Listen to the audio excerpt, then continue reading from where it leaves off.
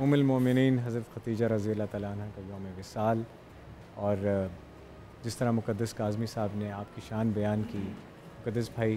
دل کی گہرائیوں سے آپ کا جتنا شکریہ ادا کروں کم نہیں، کوئی شکریہ کی بات آج نہیں، رونگٹے کہ کھڑے ہو ہمیں گئے آپ ہیں۔ نے سعادت بخشی ہے۔ اور ہم لوگ یہی بات کر رہے تھے کہ پچھلے سال جب مقدس بھائی کو ہم ہاسپٹل دیکھنے گئے تھے، مجھے وہ وقت یاد ہے، وہ لمحہ یاد ہے جب مقدس بھائی کو ہم نے دیکھا تھا اور ہمارے دل کو کتنی تکلیف ہوئی تھی، ہماری آنکھوں کو کتنی تکلیف ہوئی تھی جس حالت میں ہم نے انہیں دیکھا تھا،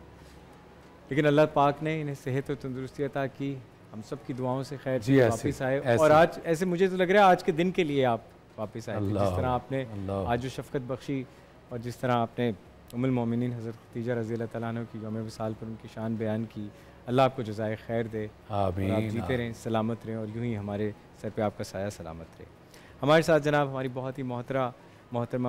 عالمہ خانم سیدہ ندا جعفری صاحبہ تشریف رکھتی ہیں۔ بہن آپ کو بھی ایک بار پھر سے خوش آمدید۔ ایم سوری میں آج تھوڑا اپنے زون میں نہیں ہوں،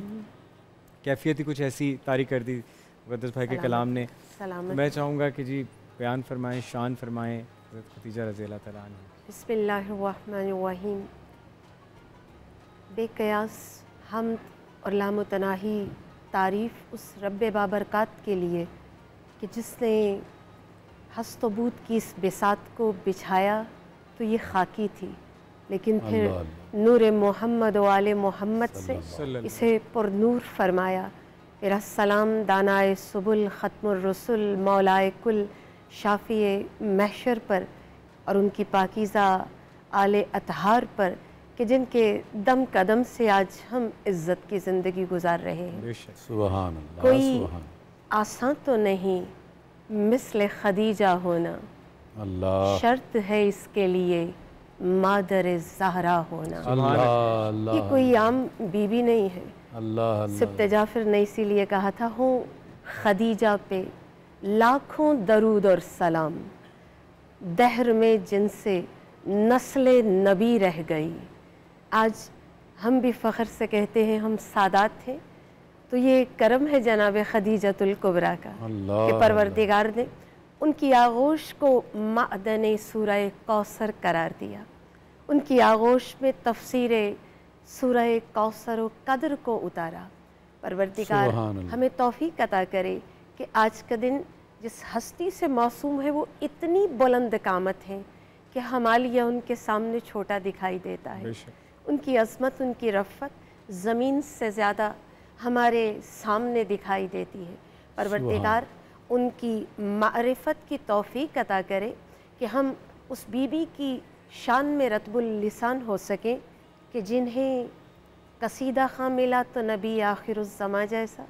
جس کی شان بیان کی تو قرآن میں پروردگار عالم نے وَوَجَدَكَ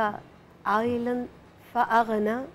خدایا وہ ہستی کیا ہے کہ جس کی مدحت تو کرتا ہے، ہماری کیا بساط، ہماری کیا اوقات کہ ہم اس ہستی کی مدحت کر سکیں جسے خدیجۃ الکبریٰ کہتے ہیں۔ کہا نا خدیجۃ الکبریٰ، تو ایک لمحے کے لیے خیال آیا کسی گھر میں 2-3 علی ہوں کسی خانوادے میں تو ہم کہتے ہیں علی اکبر، یہ علی اصغر، یہ علی اوسط۔ کسی گھر میں کئی فاطمائیں ہوں تو کہتے ہیں فاطمہ صغریٰ، فاطمہ کبریٰ، فاطمہ وسطیٰ، لیکن جناب خدیجہ کے ارد گرد تو کوئی اور خدیجہ نہیں تھی،